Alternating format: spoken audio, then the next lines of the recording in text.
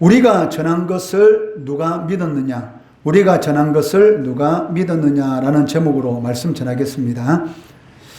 오늘 이 본문 말씀은 고난받는 종의 노래로 불리고 있으며 구약에서 그리스도에 대한 예언으로 가장 잘 알려진 그런 본문이다라고 말을 할 수가 있습니다. 13절 말씀해 보시면 그 여호와의 종에 대해서 형통한 자 그리고 성공한 자로 소개되고 있습니다. 13절 말씀에 보라 내 종이 형통하리니 받들어 높이 들려서 지극히 존귀하게 되리라 라고 말씀하고 있습니다.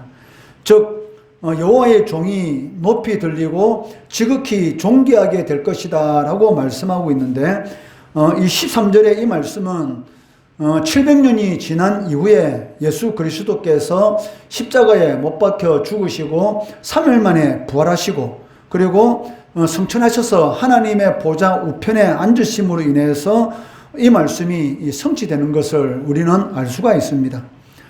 그렇지만 이 여호와의 종은 먼저 많이 상한 모습으로 우리들에게 등장하고 있다는 것입니다. 14절 말씀 같이 읽어볼게요. 시작.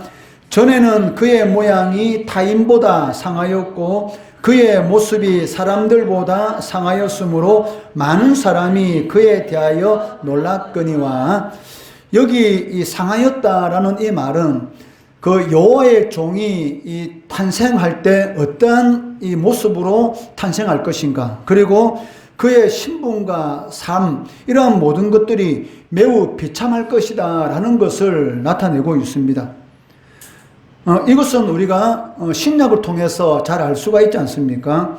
그 여호와의 종으로 이 땅에 오신 예수 그리스도께서 초라한 한 시골에 이 한 마을인 이 베들레헴에서 태어나게 되셨고, 심지어 이 말구에서 태어나게 되었으며, 또 목수의 아들로서 이 공식적인 그러한 이 학문을 이렇게 배우지 못했고, 또한 죄가 없으신 분이시지만 죄인으로 이 고소를 당해서 온갖 이 고난을 당하시다가 결국은 흉악범들이 당하는 이 십자가형을 당하고 이 비참하게 이 죽임을 당하셨다는 것이죠. 이러한 이 여호와의 종의 이런 많이 이런 상한 그러한 모습에 대해서 14절에서 이사야 선지자는 이 예언하는 것을 볼 수가 있습니다. 그렇지만 이 세상의 모든 나라들이 놀라게 되는 그러한 일이 일어나게 될 것이다 라고 말씀하고 있습니다. 15절 말씀 같이 읽어보겠습니다. 시작. 그가 나라들을 놀라게 할 것이며 왕들은 그로 말미암아 그들의 입을 봉하리니 이는 그들이 아직 그들에게 전파되지 아니한 것을 볼 것이요 아직 듣지 못한 것을 깨달을 것임이라. 아멘. 세상 모든 나라들이 놀라게 되는 그런 일을 겪게 될 것인데, 이 두 가지 면에서 놀라게 된다라고 말을 할 수가 있습니다. 그 첫째는 가장 비참한 삶을 살고 저주받은 그런 죽음으로 죽은 자가 가장 영광스러운 그런 자리에 올라갔기 때문입니다. 이에 대해서 바울은 잘 기록하고 있습니다. 빌립보서 2장 9절 10절 말씀 같이 읽습니다. 시작.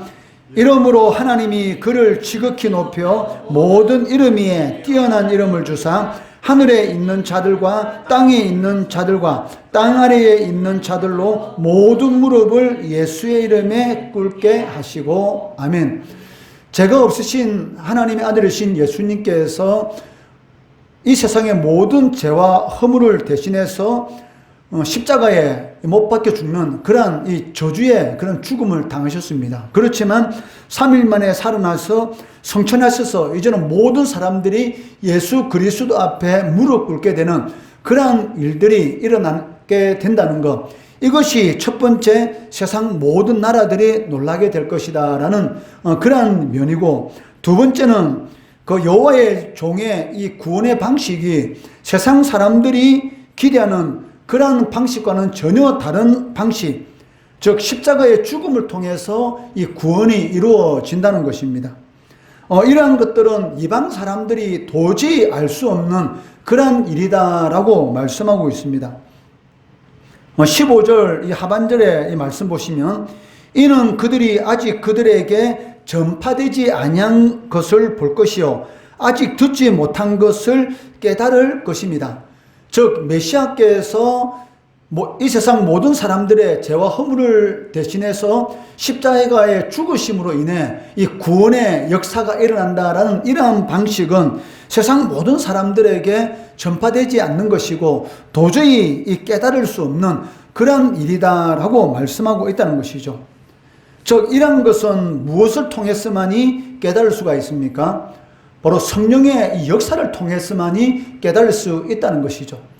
그러니까 보지도 못하고 듣지도 못한 그런 놀라운 일들을 깨닫는 그런 역사가 나타나게 될 것인데 이러한 깨닫는 역사는 사람의 힘과 이 능력으로 되는 것이 아니라 성령의, 즉 하나님의 영이신 성령의 역사로서만 가능하다라고 말씀하고 있다는 것입니다. 이에 대해서 고린도전서 12장 3절에서 잘 기록하고 있습니다. 고린도전서 12장 3절 말씀 같이 읽습니다. 시작. 그러므로 내가 너희에게 알리노니 하나님의 영으로 말하는 자는 누구든지 예수를 저주할 자라 하지 아니하고 또 성령으로 아니하고는 누구든지 예수를 주시라 할 수 없느니라. 즉 성령의 역사가 아니고서는 예수를 그리스도 또 내 인생의 주인이시다라는 이런 고백은 도저히 할 수 없다라고 말을 하고 있다는 것이죠. 그러니까 메시아의 이 구원 사역에 대해서 깨달을 수 있는 것은 오직 성령의 역사를 통해서만이 깨달을 수 있는데 이 성령의 역사는 누구에게 일어나는 것입니까? 바로 믿는 자, 즉 더 정확하게 말한다면 창세전에 하나님께서 택하신 자들, 그러한 자들만이 믿을 수가 있는 것이죠. 택함 받지 않는 자들이 믿을 수 있다? 그것은 불가능한 것입니다.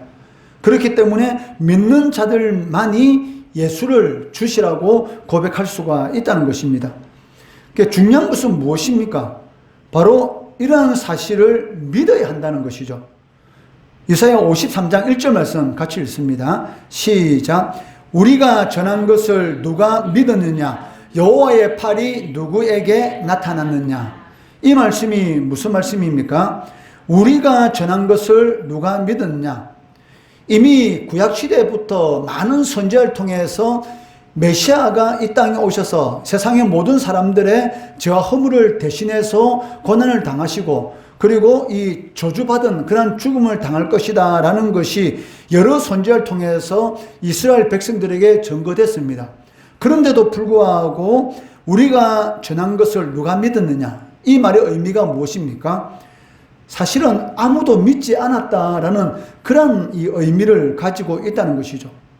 하나님께서는 그렇기 때문에 이 하나님의 백성들이 믿어야 되는데도 불구하고 믿지 않았기 때문에 이 구원의 역사가 누구에게 나타나게 됩니까?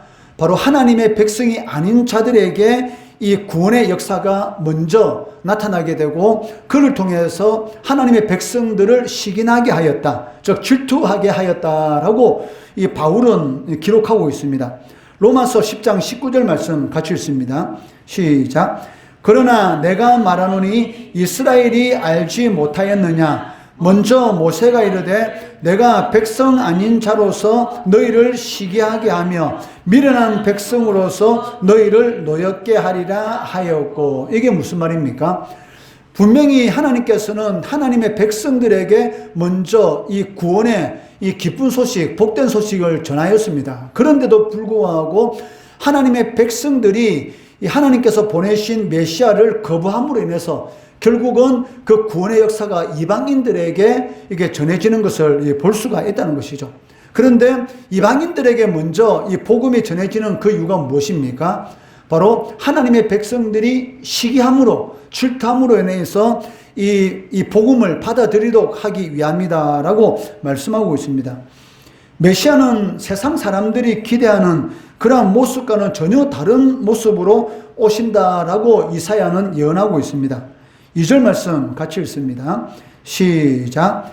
그는 주 앞에서 자라나기를 연한 순 같고 마른 땅에서 나온 뿌리 같아서 고운 모양도 없고 풍채도 없은즉 우리가 보기에 헐모할 만한 아름다운 것이 없도다. 그 사람들은 이렇게 생각합니다. 세상을 구원하기 위해서 지금 로마의 이 지배 아래에 있는 이 이스라엘 백성들을 구원하기 위해서는 강한 군사력과 정치적 능력이 있는 그러한 사람이 메시아로 와야 된다라고 생각하고 있었다는 것입니다. 그렇기 때문에 이스라엘 백성들이 생각한 메시아는 어떤 사람입니까? 연한 순이 아니고 이 백향목이나 상수리 나무와 같은 그런 이 하늘 높이 솟아오른 그런 이 나무와 같아야 한다라고 생각하고 있었다는 것이죠. 연한 순은 무엇입니까? 이 히브리어로 요네크라는 그러한 단어를 사용하고 있는데 이 흙의 이 뿌리인데도 불구하고 이 흙 위에 노출된 그러한 나무 뿌리가 있지 않습니까? 그 뿌리에 이렇게 나오는 그러한 이 어린 순, 이것을 연한 순이라는데 이것은 너무나 이 보기 흉하기 때문에 이 정원사들은 이 보기 흉한 이 연한 순을 다 잘라버립니다. 즉 여기서 말하는 이 요네크, 즉 이 연한 순이라는 것은 전혀 가치 없고 보잘것없는 그런 것을 의미하고 있다는 것이죠. 즉 바로 이 메시아는 어떤 모습으로 나온다는 것입니까? 세상 사람들이 보기에는 정말로 가치 없고 보잘것없는 그러한 이 존재로서 이 땅에 임하게 될 것이다 라고 이사야 선지자는 이렇게 예언하고 있다는 것이죠. 말 그대로 이 이사야 선지자의 예언대로 예수님께서는 어디서 태어나게 됩니까? 바로 말구에서 태어나게 되는 것이고 왕의 아들인 왕자가 아니라 시골인 베들레헴, 그리고 이 목수의 아들, 어떻게 보면은 정말 세상적으로 보면은 이 별 볼 일 없는 보잘것없는 그러한 이 집안의 아들로서 이렇게 태어나는 것을 이렇게 볼 수가 있다는 것이죠. 이것을 그 이사야 선지자는 뭐라고 말합니까? 주 앞에서 자라나기를 연한 순 같다. 너무나 보잘것없다. 정은사가 보기에는 잘라버리는 그러한 것에 불과하다라고 이렇게 말을 하고 있다는 것이죠. 심지어 하나님의 백성들조차 그렇게 오랫동안 자신들이 메시아를 기다렸으면서도 불구하고 이 오신 이 메시아, 즉 여호와의 종을 구원자로 여기지 않고 하찮게 여기게 될 것이다 라고 말을 하고 있습니다. 53절, 이 3절 하반절에 우리도 그를 귀히 여기지 아니하였도다. 우리도 하나님의 백성이라고 일컬어지는 이스라엘 백성들도 메시아가 왔는데도 불구하고 귀히 여기지 않는 그런 일들이 일어나게 될 것이다. 저 여호와의 종을 구원자로 여기지 않고 하찮게 여기는 그런 일이 일어나게 될 것이다 라고 말씀하고 있다는 것이죠. 이것을 사도 요한은 뭐라고 말합니까? 요한복음 1장 11절 말씀 같이 읽습니다. 시작. 자기 땅에 오매 자기 백성이 영접하지 아니하였으나. 이스라엘 백성들이 그렇게 오래도록 기다린 메시아가 자신들 눈앞에 와 있는데도 불구하고 메시아를 메시아로 받아들이지 않는 것이죠. 오히려 이 받아들이지 않는 것뿐만이 아니라 어떻게 했습니까? 바로 메시아를 이 빌라도에게 이게 죽도록 이렇게 넘기는, 즉 저주받은 그런 십자가의 죽음을 당하도록 넘기는 그러한 일을 이렇게 저질렀다는 것입니다. 메시아의 고난과 이런 죽음은 그 죄인들을 위한 이 대속의 죽음이다라고 할 수가 있습니다. 죄의 삭은 무엇입니까? 사망이고 피 흘림이 없은즉 사함이 없다라는 이 말씀은 영원 불변의 이 영적인 이 법칙입니다. 그렇기 때문에 사람들이 죄 형벌로부터 자유롭게 될 수 있는 방법은 그 어디에도 없다는 것입니다. 그렇기 때문에 하나님께서는 어떻게 하셨습니까? 구약 시대에는 양과 송아지를 희생시키는 이 제사 제도를 통해서 하나님께서 이스라엘 백성들에게 하나님 앞에 나올 수 있는 그러한 길을 보여주셨다는 것입니다. 그렇지만 이 동물의 이 피 제사는 그 근본적으로 인간의 죄를 씻을 수 없을 뿐만이 아니고 끊임없이 죄를 생각나게 하였다는 것입니다. 그렇기 때문에 하나님께서는 어떻게 하셨습니까? 완전한 희생 제물로서의 자격을 갖추신 바로 하나님의 아들 예수님을 이 땅에 보내심으로 인해서 단 한 번의 제사, 단 한 번의 제사로 영원한 속죄를 이루셨다라고 성경은 말씀하고 있습니다. 히브리서 9장 12절 말씀 같이 읽습니다. 시작. 염소와 송아지의 피로 하지 아니하고 오직 자기의 피로 영원한 속죄를 이루사 단번에 성소에 들어가셨느니라. 염소와 송아지와 같은 가축의 피는 끊임없이 자신의 죄를 생각나게 하는 그러한 기능밖에 하지 못했다는 것이죠.